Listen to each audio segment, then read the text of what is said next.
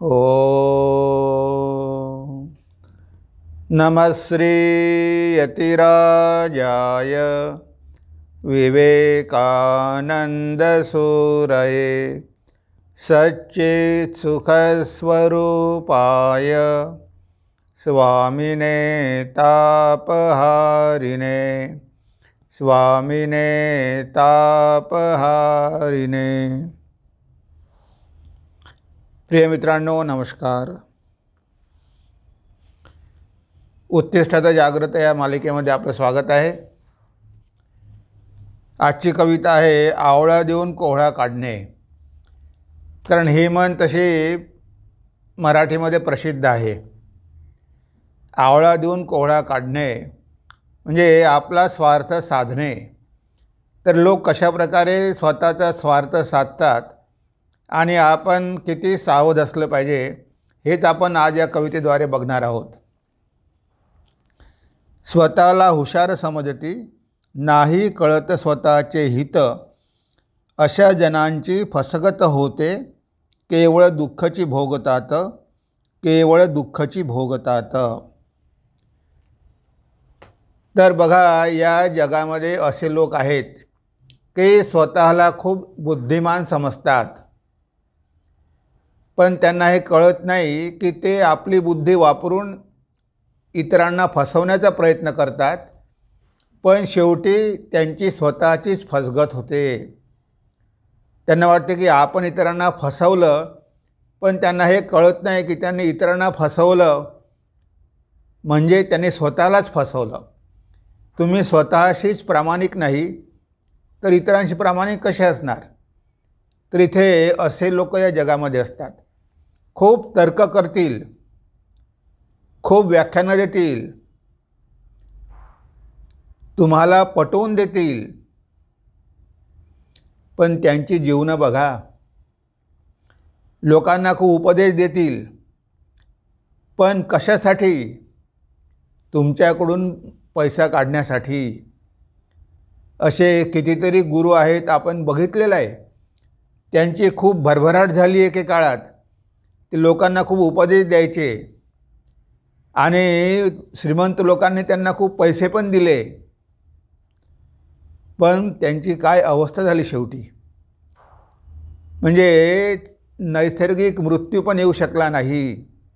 असे कितीतरी लोक असतात की लोकांना फसवतात, खूप चांगलं चांगलं गोड गोड बोलतात, खूप तर्क देतात, तर्कशुद्ध भाषा वापरतात, पण ते लोकांना स्वतःच्या जाळ्यात पाडतात आणि स्वतःचं साम्राज्य उभं करतात। तेव्हा मनुष्य कुणाला फसवतो? तुम्ही एवढं साम्राज्य उभं केलं, पण ते सगळं कोलमडणार, ते काही टिकून राहणार नाही।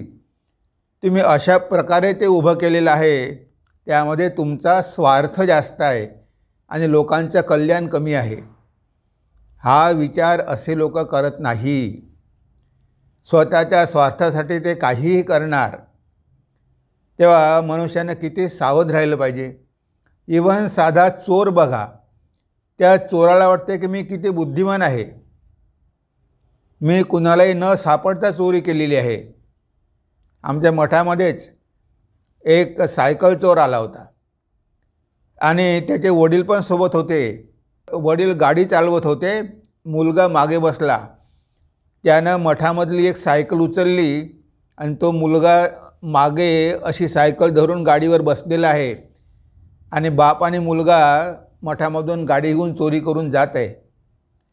आता त्यांना वाटलं की आपण किती हुशार आहोत, मठामधून आपण सायकलची चोरी केली, पण कुणालाही कळलं नाही। पण त्यांना माहिती नव्हतं की मठामध्ये सगळीकडे कॅमेरे लावलेले आहे, CCTV कॅमेरे लावलेले आहे। त्या कॅमेऱ्यामध्ये पकडला गेला। त्याला कधी असं वाटलं नाही की पकडला जाईल। त्याची आई आली होती, ती म्हणाली की माझा मुलगा किती मूर्ख आहे, ज्या ठिकाणी कॅमेरे लावलेले आहे त्या ठिकाणी कशाला चोरी करायला पाहिजे? बघा, स्वतःची आईच त्याला मूर्ख म्हणते। पण याला वाटलं की मी किती हुशार आहे, मी कुणाला न सापडता सुद्धा चोरी केलेली आहे।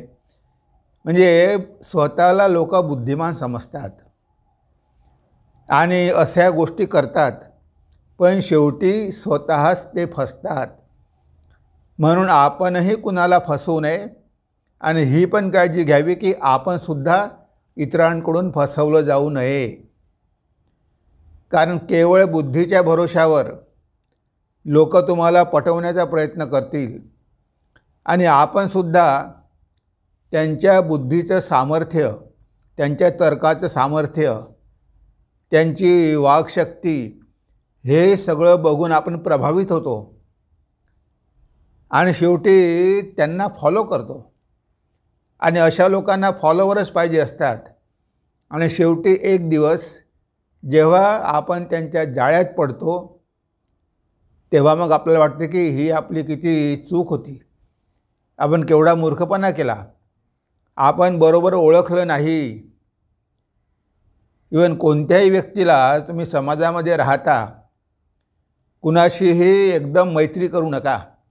पहिले त्या व्यक्तीचं चारित्र्य बघा, ती व्यक्ती कशी आहे. ती दिसायला खूप चांगली असेल, गोड गोड बोलत असेल, सगळं काही असेल, बुद्धिमान असेल, खूप पुस्तकं वाचली असेल, पण त्याच्यावर तुम्ही भुलू नका. कारण ती व्यक्ती तुम्हाला कधी जाळ्यात पाडेल काही सांगता येत नाही. आणि एकदा तुम्ही जाळ्यात पडले की फसले, मग आयुष्यभर पश्चाताप करावा लागेल.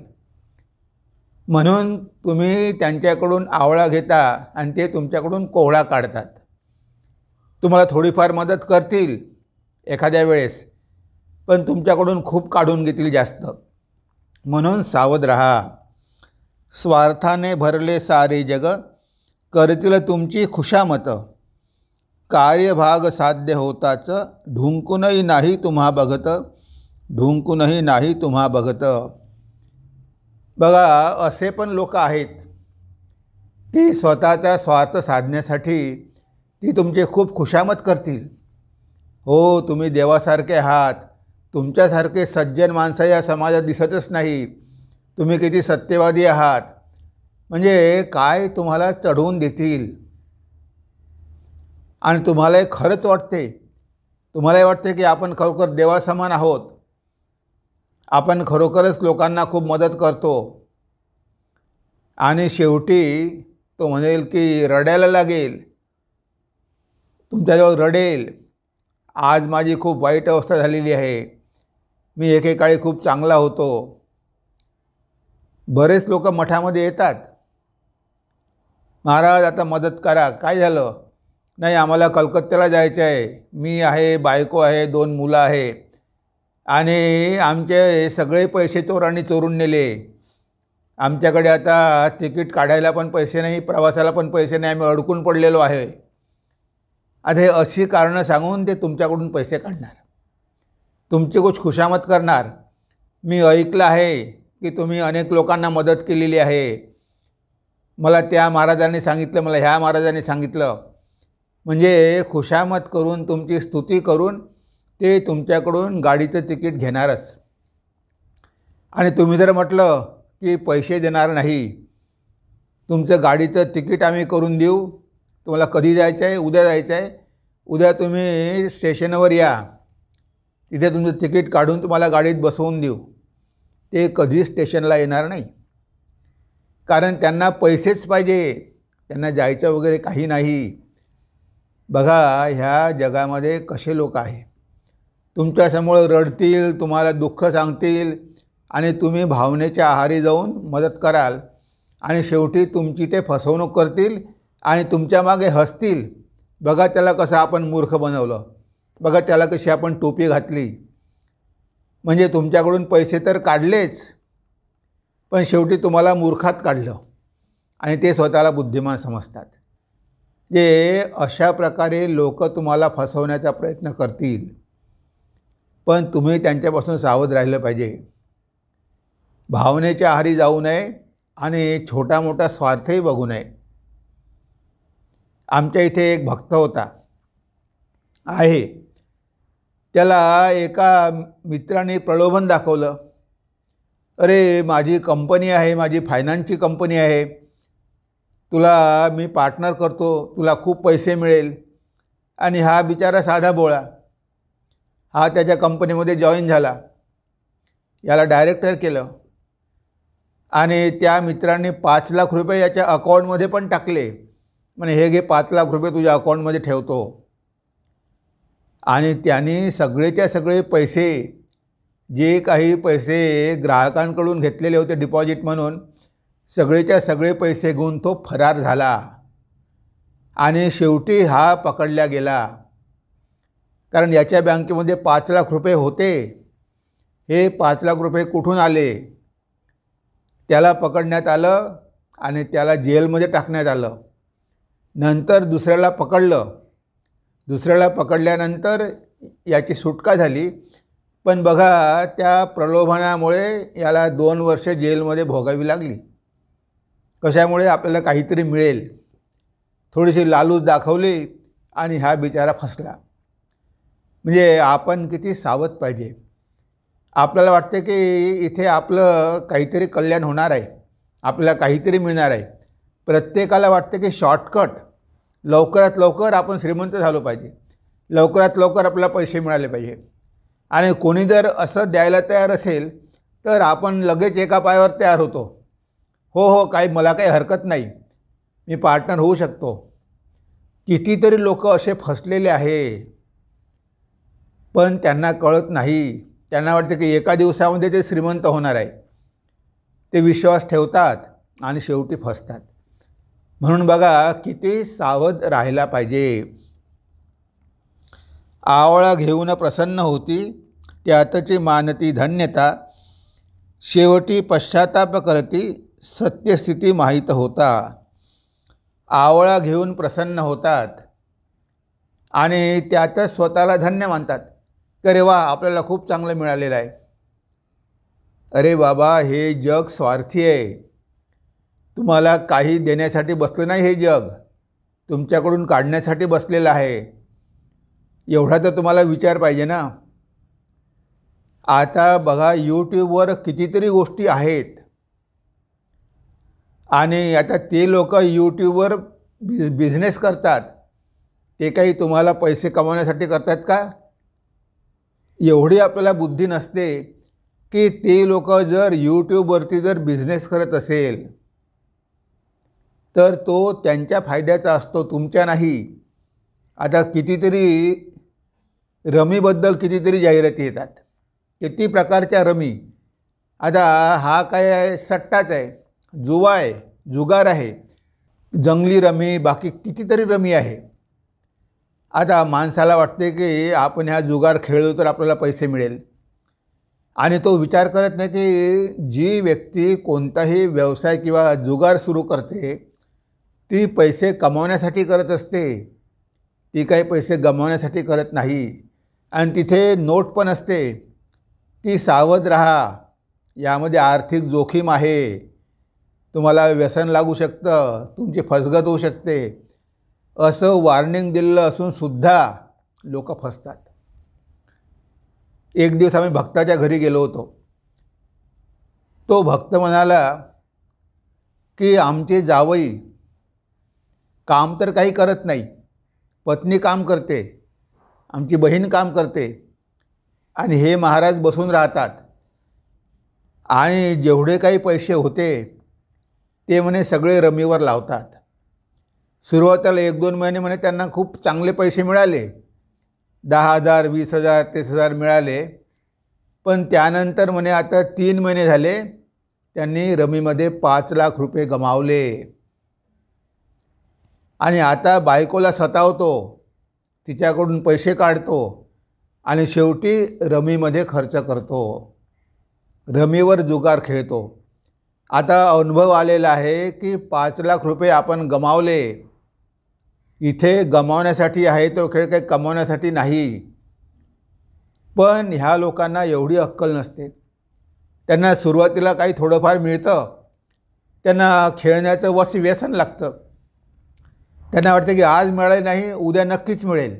म्हणजे त्या भविष्याच्या आशेवर बसतात.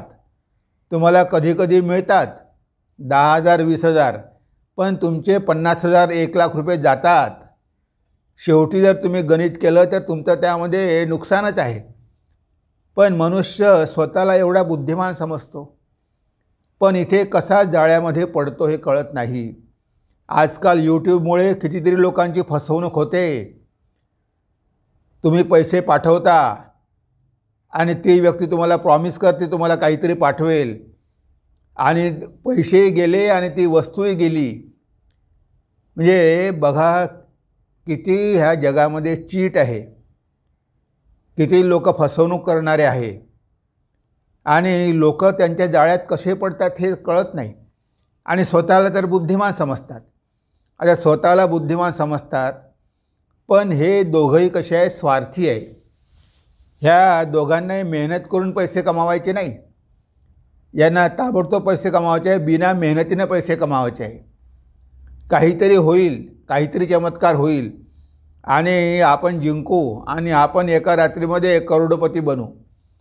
म्हणजे ही जी आपली दुर्बलता आहे, हा जो आपला लोभ आहे, त्याचा गैरफायदा लोक घेत असतात आणि आपल्याला हे कळत नाही. आपण समजतो स्वतःला बुद्धिमान, पण वागतो मूर्खासारखे आणि सगळं गमावून बसतो आणि मग शेवटी पश्चाताप करावा लागतो. म्हणजे अशा प्रकारे जगामध्ये राहून आपण जगू शकतो का? म्हणून हा तर विचार केला पाहिजे की आपण जगामध्ये राहतो, ह्या जगामध्ये स्वार्थी लोक खूप आहे. ते कधी तुमची फसवणूक करतील याची काहीच गॅरंटी नाही. तेव्हा सहजासहजी कोणावर विश्वास करू नका आणि अशी आशा करू नका, आशेवर जगू नका. मेहनत करा, कष्ट करा, प्रामाणिक राहा आणि त्यामधून तुम्ही पैसे कमवा. असे शॉर्टकट करून पैसे कमावण्याचा प्रयत्न करू नका. तुम्ही ज्या बुद्धीचा वापर करता ती तुमची बुद्धी क्रुकेड आहे, ती काही सरळ बुद्धी नाही. तुम्हाला वाटते की लोकांना मी फसवून पैसे कमावू शकतो, पण शेवटी तुम्हाला कळते की तुम्ही तुमचीच फसगत केलेली आहे, तुम्ही स्वतः त्यामध्ये फसलेले आहे. हे जग असंच चालत आहे. इतरांना मूर्ख बनवण्याचा प्रयत्न करतात आणि जे बुद्धिमान आहे ते सुद्धा मूर्ख बनतात आणि ते जाळ्यात अडकतात. कशामुळे? लोभामुळे आणि स्वार्थामुळे. तेव्हा आपण किती सावध राहायला पाहिजे. इतरांच्या निंदास्तुतीने कधी वाहवत जाऊ नका. विचारपूर्वक व्यवहार करा, भावनांच्या आहारी जाऊ नका. बघा कधी कधी लोक तुमची निंदा करतील, तुमची स्तुती करतील, दोन्ही गोष्टी करतील. आणि लोक कसे आहेत, तेही तुमच्यापेक्षा बुद्धिमान आहे. आता ते तुमच्याजवळ तुमच्या शत्रूची निंदा करतील. तो खूप नालायक आहे, तो खराब आहे, त्याला इतकी व्यसना आहे, कारण त्याला माहिती असते की तो तुमचा शत्रू आहे. त्याच्याबद्दल तो खूप काही सांगेल आणि तुम्हाला मात्र हरभऱ्याच्या झाडावर चढवून देईल. पण मात्र तुमच्यासारखे लोक नाही. आणि तुम्हालाही वाटते की खरोखर आहे. तो म्हणेल की तो तुम्हाला असं म्हणतो, तुम्हाला तसं म्हणतो, तुमची निंदा करतो, खूप सांगेल, पण त्याच्याबद्दल तुम्हाला खूप काही वाईट गोष्टी सांगेल. त्यानं असं केलं, त्यानं तसं केलं, म्हणजे जे खरं नाही ते पण तुम्हाला सांगेल. त्याला लगेच पोलीस अरेस्ट करणार आहे, तो जेलमध्ये जाणार आहे. आणि इतरांच्या निंदा ऐकून आपल्याला आनंद होतो. शत्रू आहे ना तो, शत्रूची निंदा ऐकली की आपल्याला आनंद होतो. ही आपली दुर्बलता आहे. या जगात आपला कोणीही शत्रू नाही, पण तुम्ही एका विशिष्ट व्यक्तीला शत्रू समजता हे त्या माणसाने ओळखलेलं आहे. तुमची दुर्बलता त्यांनी ओळखलेली आहे, म्हणून तो त्या व्यक्तीविषयी तुमच्याजवळ निंदा करतो आणि तुमची प्रशंसा करतो आणि मतलब आपला साधून घेतो. तुमच्याकडून त्याला जे काढायचे ते बरोबर काढून घेतो. कधी कधी रडतो काय, कधी इमोशनल होतो काय, कधी काय म्हणतो काय, कधी घरचे दुःख सांगतो, कधी काही सांगतो, कधी अडचणी सांगतो, कधी ऑफिसच्या अडचणी सांगतो. तर हे सगळं करून तो तुमच्याकडून पैसा काढतो. आणि त्याच्या विरुद्ध बघा, तो तेवढंच करत नाही, तो तुमच्या शत्रूकडे पण जातो. तुमच्या शत्रूकडे जाऊन तुमच्या निंदा करतो, तुमच्या पाठीमागे तुमच्या निंदा करतो, त्याची स्तुती करतो, त्यालाही चढवून देतो आणि त्याच्याकडूनही आपलं कार्य करून घेतो. म्हणजे बघा कसं विचित्र जग आहे. कारण त्याच्या शत्रूच्या निंदा केला त्यालाही बरं वाटते, त्यामुळे तो पण त्याला मदत करतो. तर इथे निंदा आणि स्तुती ह्या दोन गोष्टीपासून सावध राहा. तुमच्याजवळ जरी कोणी कुणाच्या निंदा केल्या त्या पण ऐकू नका. तुम्ही सांगा की मला कुणाच्या निंदा ऐकण्याची सवय नाही, ते काय माझ्याजवळ सांगू नको. तो कसा आहे काय आहे मला काही घेणं देणं नाही. माझ्या दृष्टीने सगळेच चांगले आहे, माझा कोणी शत्रू नाही. तुम्ही निंदा ऐकून घेऊ नका. आणि तुमची स्तुती केली तर वाहवती जाऊ नका. समोरची व्यक्ती खूप इमोशनल झाली, तुम्हाला इमोशनली ब्लॅकमेल करत असेल तरी तुम्ही सहजासहजी वाहवत जाऊ नका. तुमच्या बुद्धीचा वापर करा. त्या मनुष्याचं इंटेन्शन बघा. हा सगळं एवढं नाटक करत आहे, हे खरोखर खरं आहे का?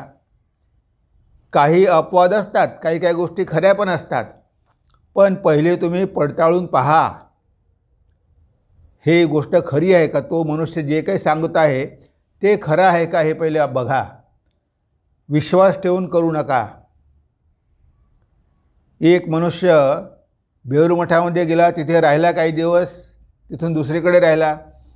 तो सांगायचा की माझी सिंगापूरला 50 कोटी रुपयाची प्रॉपर्टी आहे, अमुक आहे तमुक आहे, मला ती प्रॉपर्टी सगळी मठाला द्यायची आहे, मी ठरवलेलं आहे, माझं कोणीही नाही, बायका नाही, पोर नाही, मी एकटाच आहे आणि मला मठामध्ये राहू द्या, मी इथेच राहील, सगळे पैसे घेऊन येऊन इथेच देऊन टाकेल तुम्हाला आणि मठामध्येच राहील. आता बऱ्याच लोकांनी विश्वास ठेवला. तो काही दिवस आश्रमात राहायचा,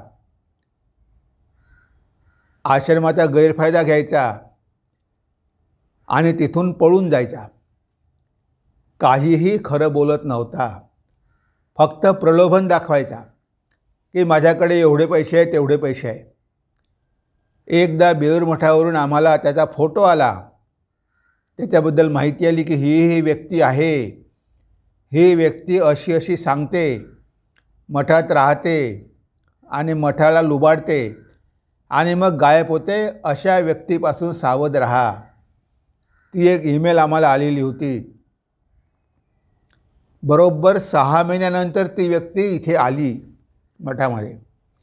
आता आम्ही सगळे विसरलो होतो आणि तो हे सांगायला लागला की माझं सिंगापूरला एवढी प्रॉपर्टी आहे, तिथे प्रॉपर्टी आहे, अमुक प्रॉपर्टी आहे, मला जायला तिकीट काढ लागेल, मला तिकीटसाठी पैसे लागेल वगैरे वगैरे. पण आमच्या इथे एक साधू होता, त्यानं त्याचा फोटो बघितला होता ईमेलवरती, त्यानं त्याला बरोबर ओळखलं. एक दिवस त्याला राहू दिलं. दुसऱ्या दिवशी ती ईमेल काढून त्याच्या नावासकट फोटोसकट त्याला दाखवली.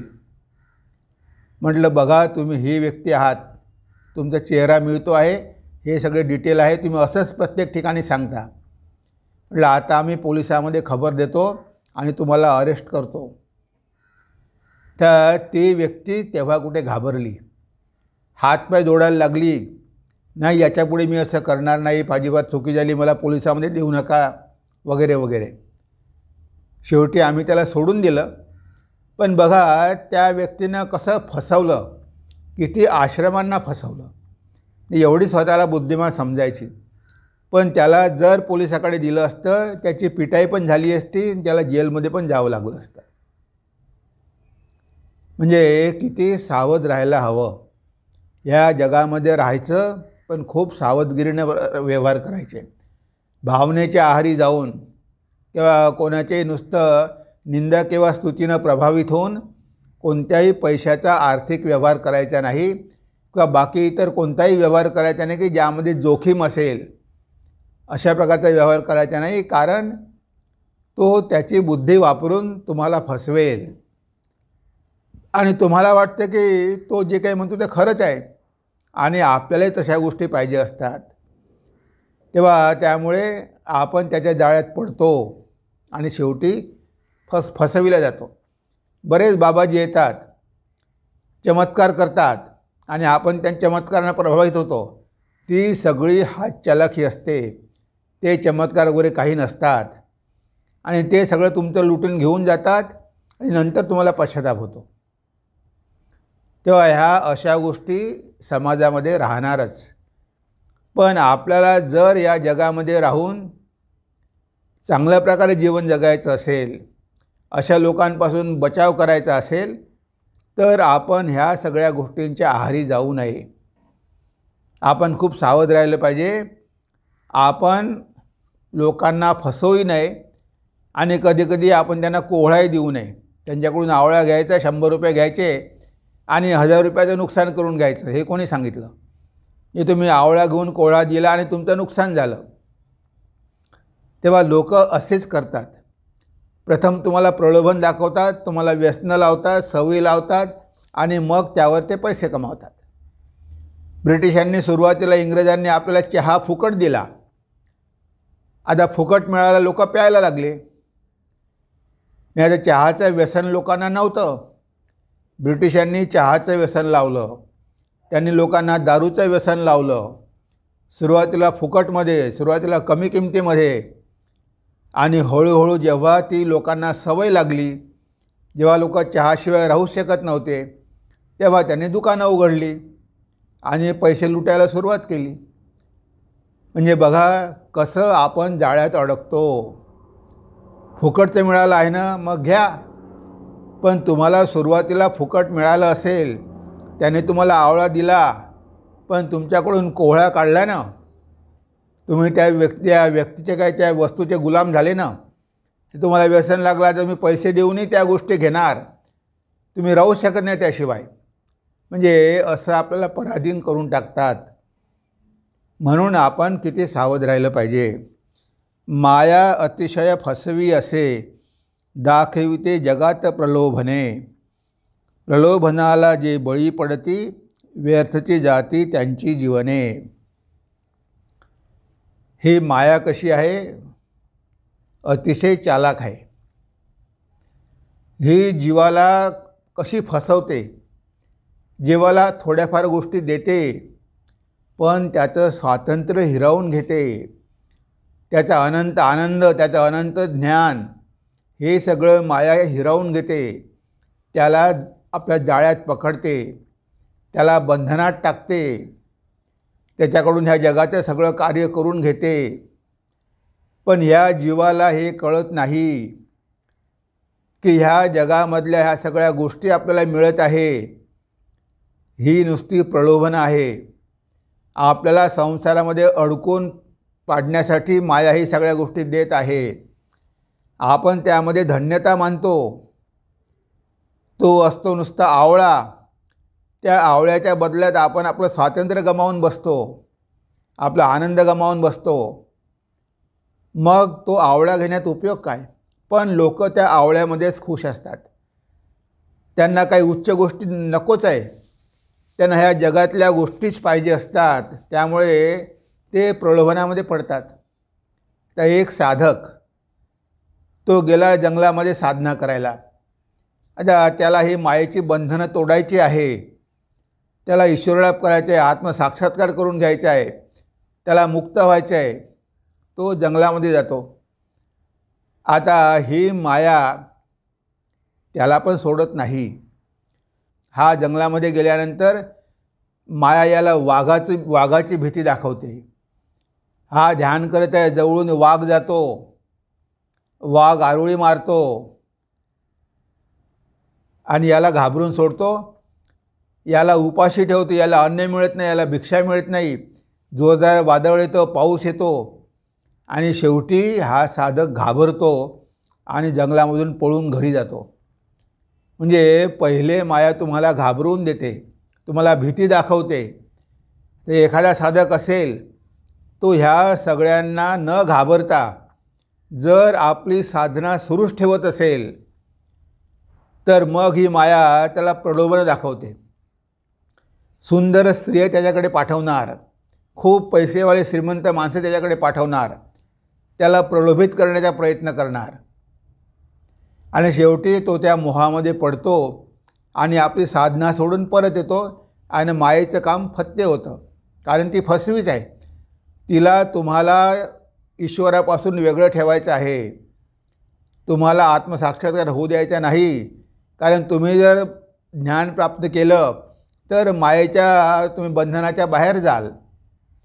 तिला ते आवडत नाही, तुम्ही जाळ्यातच राहिले पाहिजे. समजा कोणी त्या गोष्टीचा पण त्याग केला, नाही मला हे सगळं नको, तर मग ते काय करते, तुम्हाला काही सिद्धाई देते. तुम्ही पाण्यावरून चालू शकता, तुम्ही हवेत उडू शकता, तुम्ही लोकांचे रोग दूर करू शकता, मेलेली व्यक्ती जिवंत करू शकता. म्हणजे अशा काही सिद्धाही तुमच्याकडे फेकून देते. आणि शेवटी बरेचसे साधक या सिद्धाईमध्ये अडकतात. आता हा गेला होता आत्मज्ञान प्राप्त करून घेण्यासाठी, पण आता या सिद्धी आल्या. आता सिद्धीचा हा उपयोग करतो आणि सिद्धीचा उपयोग केला की मग प्रसिद्धी होते. अरे बहुत बड़ा महात्मा है, बहुत बड़ा महात्मा है, बहुत चमत्कार करता है. मग लोकांची गर्दी तुमच्याजवळ यायला लागते. मग लोक तुमच्या पाया पडतात, लोक तुमचे भक्त होतात, लोक तुम्हाला पैसे देतात. आणि गेला होता तो ईश्वर लाभासाठी, त्याला मिळाली सिद्धी, आणि सिद्धी मिळाल्यामुळे त्याला झाली प्रसिद्धी, सगळीकडे प्रसिद्धी झाली. आणि मग रिद्धी, सगळा रिद्धी सिद्धी सगळे पैसे आले. तर एवढ्या पैशाचं करायचं काय? मग हा जातो शहरात आणि आपला मोठा आश्रम सुरू करतो आणि मग दवाखाने बांधतो, सगळं करतो. मग लोक यायला लागतात, महात्मा महात्मा महात्मा. मग राजकारण येतात, आशीर्वाद घेतात, सगळे मोठमोठे श्रीमंत लोक येतात. आणि हा ज्या गोष्टीसाठी जंगलामध्ये गेलेला होता ती गोष्ट विसरूनच जातो. ते आत्मज्ञान ईश्वरला राहिलं बाजूला, आणि आता हा घेऊन बसला इथे आश्रम, आणि झाला आश्रमाचा महामंडलेश्वर किंवा मंडलेश्वर. स्वतःच झाला तो, त्याला स्वतःच व्हायचं होतं. आणि बघा माया तेव्हा संतुष्ट होते. म्हणजे कशा प्रकारे ही माया प्रलोभनं दाखवते. आपल्याला आवळा देऊन आपल्याकडून कोहळं काढून घेते. ह्या जगाची प्रलोभनं दाखवून आपल्याकडून आपलं स्वातंत्र्य हिरावून घेते. आणि आपण मूर्खासारखं पुन्हा पुन्हा पुन्हा पुन्हा पुन्हा पुन्हा या मायाच्या जाळ्यात अडकतो आणि पुन्हा बद्ध होतो. आणि पुन्हा आपल्याला ह्या संसार चक्रामध्येच राहावं लागतं. तेच जन्म मृत्यू जरा व्याधी, अनेक जन्म आपण हेच करत आलो. पण आपल्यामध्ये तेवढं सामर्थ्य नाही की मायेची सगळी प्रलोभनं झुगारून द्यायची. हे मला काहीही नको, मला तुझी सिद्धी नको, रिद्धी नको. भगवान श्री रामकृष्ण म्हणायचे, सिद्धी म्हणजे काय आहे? ती जर विष्ठे समान आहे. मनुष्याचा अहंकार वाढवते, त्याचं पतन करते, मार्गापासून च्यूत करते. पण लोक या सगळ्या गोष्टीमध्ये भुलतात आणि शेवटी स्वतःचाच विनाश करून घेतात. मोक्षप्राप्ती कोहळा असे, हे जग आवळ्या समान. नश्वर जगाच्या मागे धावून, बसती कोहळा गमावून. तर खरा कोहळा काय आहे? या जगामध्ये आपण जन्म घेतलेला आहे, ह्या जगामध्ये आपण आलेलो आहेत. उद्देश आहे मोक्षप्राप्ती करून घेणं. हेच एकमात्र जीवनाचं उद्देश आहे. कारण मनुष्य जीवनामध्येच हे शक्य आहे. तर ज्यासाठी आपण आलो तेच कार्य आपण विसरून जातो. मोक्षप्राप्ती करून घेण्यासाठी मानवदेह लाभलेला आहे. पण ह्या जगाच्या प्रलोभनामध्ये, म्हणजे ह्या आवळा घेऊन आपण ह्या जगामध्ये आवळा घेऊनच आयुष्यभर राहतो. भगवान श्री रामकृष्ण म्हणायचे की मोठमोठे गोडाऊन धान्याने भरलेले असतात, धान्याची पोती असतात, पण मालक काय करतो? एक शेराच्या लाह्या करतो, त्याला गूळ लावतो आणि सगळ्या दरवाजा खिडक्यामध्ये त्या लाह्या टाकून देतो. उंदरं येतात आणि रात्रभर त्या लाह्याच खात राहतात. त्या लाह्यामध्ये समाधान मानतात, पण कधी ते गोडाऊनच्या आतमध्ये शिरत नाही. पोती भरलेली आहे धान्याची, आयुष्यभर पुरेल एवढं धान्य आहे, पण त्यांना त्या धान्याचा कधी सुगावाच लागत नाही. कारण त्या लाह्यावरच संतुष्ट असतात.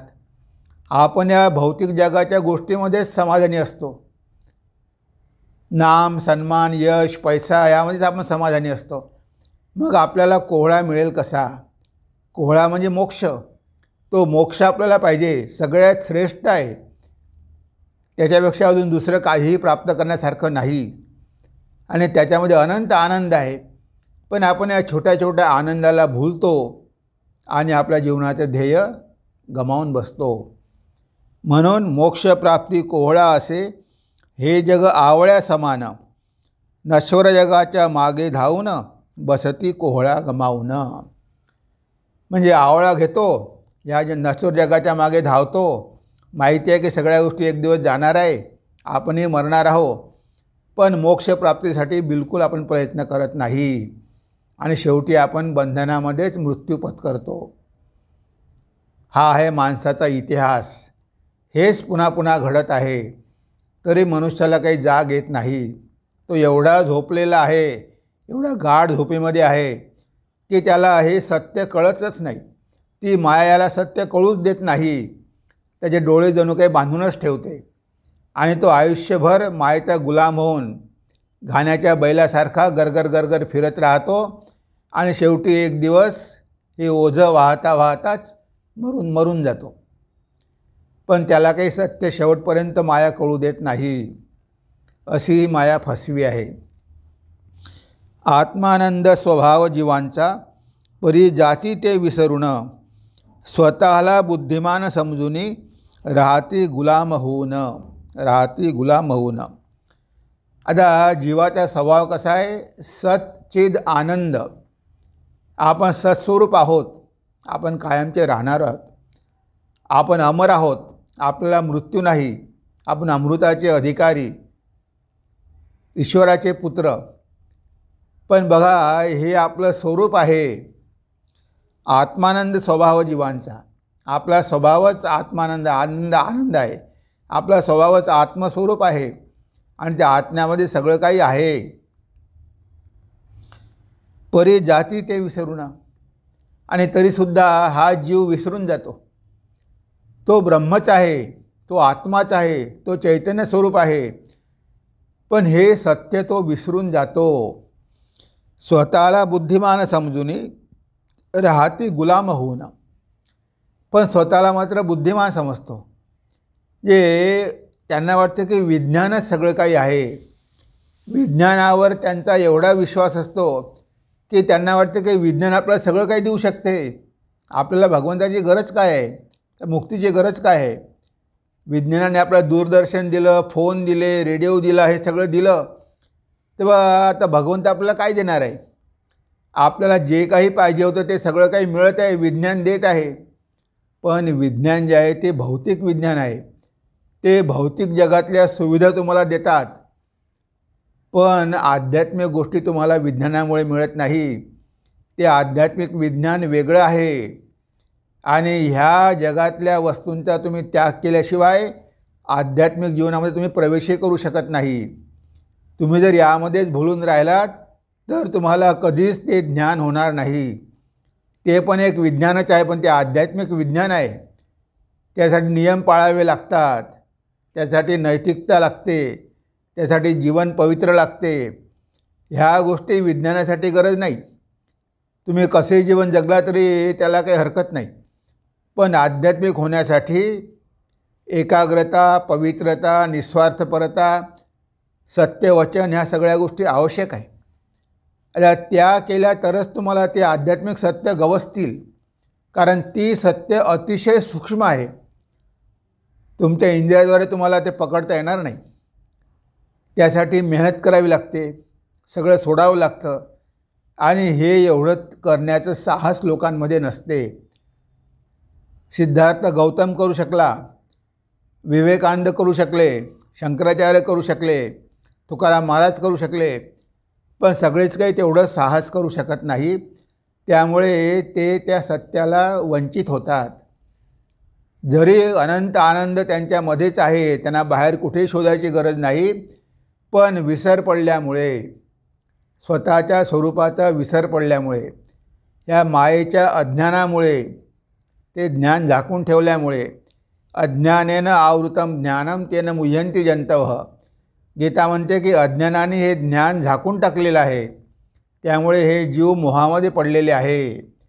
या जगाला सत्य मानतात, जे असत्य आहे, जे नश्वर आहे त्याला सत्य मानतात, आणि जे सत्य आहे त्यावर विश्वास ठेवत नाही, आणि त्यामुळे ते नेहमी फसवले जातात.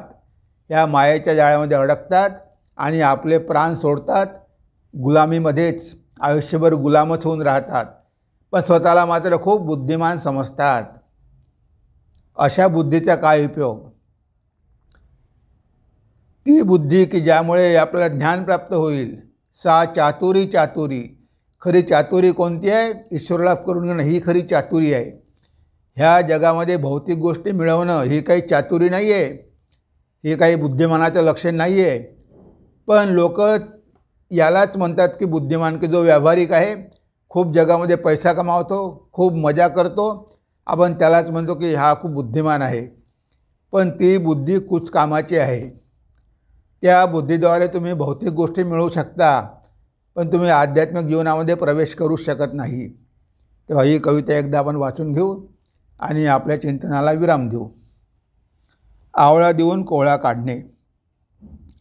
स्वतःला हुशार समजती नाही कळत स्वतःचे हित, अशा जनांची फसगत होते केवळ दुःखची भोगतात. स्वार्थाने भरले सारे जग करतील तुमची खुशामत, कार्यभाग साध्य होताच ढुंकूनही नाही तुम्हा बघत. आवळा घेऊन प्रसन्न होती त्यातची मानती धन्यता, शेवटी पश्चाताप करती सत्यस्थिती माहीत होता. इतरांच्या निंदास्तुतीने कधी वाहवत जाऊ नका, विचारपूर्वक व्यवहार करा भावनांच्या आहारी जाऊ नका. माया अतिशय फसवी असे दाखविते जगात प्रलोभने, प्रलोभनाला जे बळी पडती व्यर्थची जाती त्यांची जीवने. मोक्षप्राप्ती कोहळा असे हे जग आवळ्या समान, नश्वर जगाच्या मागे धावून बसती कोहळा गमावून. आत्मानंद स्वभाव जीवांचा परी जाती ते विसरून, स्वतःला बुद्धिमान समजून राहती गुलाम होऊन, राहती गुलाम होऊन. तर ही कविता आहे आणि आपल्याला यापासून हा बोध घ्यायचा आहे की आपण कोहळा प्राप्त करून घेण्यासाठी जगामध्ये आलेलो आहेत, तेव्हा तो आवळा घेऊन कोहळा गमावायचा नाही, हे आपण नेहमी लक्षात ठेवावं. हेच या कवितेद्वारे आपल्याला आज शिकायला मिळालेलं आहे. तेव्हा आज आपण आपल्या चिंतनाला इथेच विराम देऊया. नमस्कार, धन्यवाद. ओम सर्वे भवन्तु सुखिनः, सर्वे सन्तु निरामया, सर्वे भद्राणि पश्यन्तु, मा कश्चित् दुःखभाग् भवेत्, मा कश्चित् दुःखभाग् भवेत्.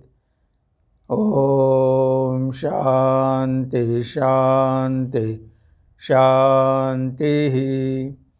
हरिः ओम तत्सत्. श्रीरामकृष्णार्पणमस्तु.